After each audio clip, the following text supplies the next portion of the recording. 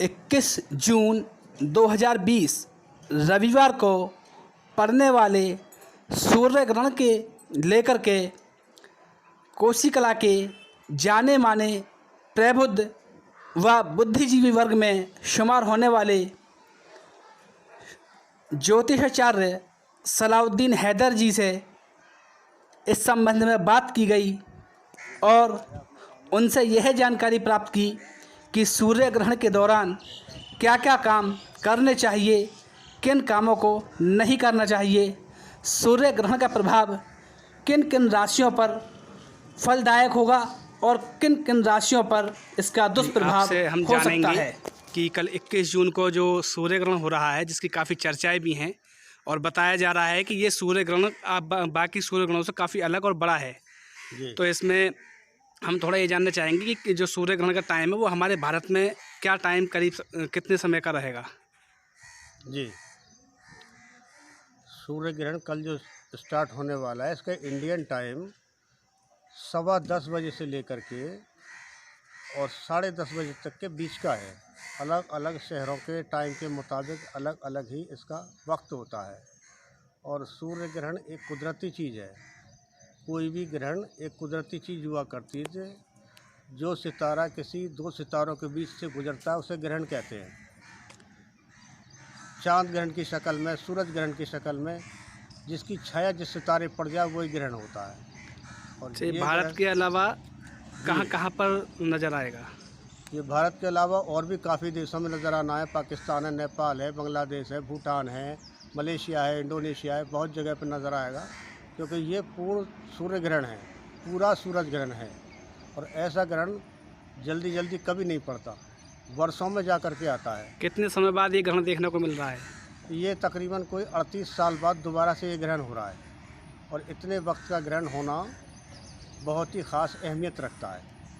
तो इस ग्रहण से क्या क्या लाभ देश को, समाज को हो सकते हैं और क्या क्या दुष्प्रभाव इसके नज़र आ सकते हैं संभव? हाँ, ये बात बिल्कुल आपने ठीक कही है कि इससे समाज पे क्या असर पड़ सकता है और इसके क्या दुष्प्रभाव हो सकते हैं। तो जिस प्रकार से ये ग्रहण हो रहा है उसके हिसाब से समाज के अंदर परेशानी और उथल पुथल फैल सकती है। बीमारियां जैसे जन्म ले रही हैं इनमें बढ़ावा हो सकता है। और देश के हिसाब से ये देश हित में है, देश के अहित में नहीं है ये ग्रहण।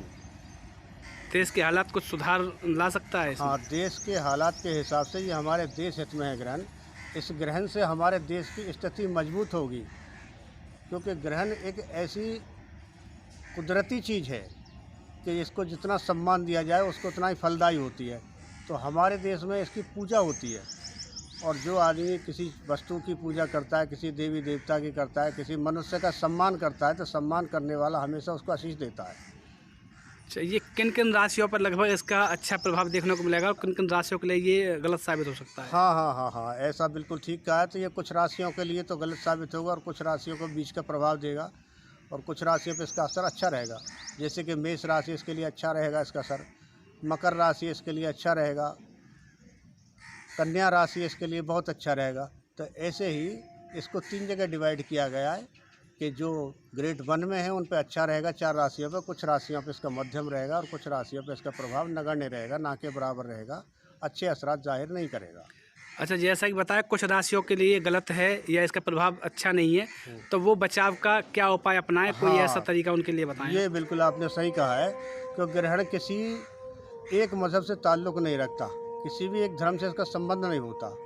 ग्रहण से बचने का सीधा साधा उपाय है कि आदमी घर से ना निकले बाहर, जितना हो परमात्मा का नाम ले। मुस्लिम हो तो खसूस की नमाज़ पढ़ें, खुदा को याद करें और जो दुआ वो करेंगे उस वक्त में अल्लाह उनकी दुआ सुनता है, कबूल करेगा। जो परमात्मा से अरदास लगाएंगे वो ठाकुर जी उसकी अरदास को पूरी करेगा। जो जिस भी धर्म का होगा, अगर उस समय पे अपनी अंतरात्मा से परमात्मा में लीन होता है तो उसे परमात्मा स्वीकार करता है और उसका कल्याण करता है।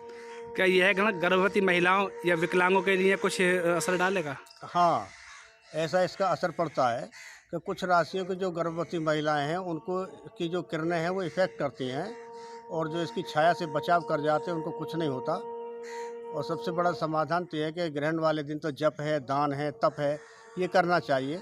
इसके दुष्प्रभाव से बच जाता है। जी हाँ।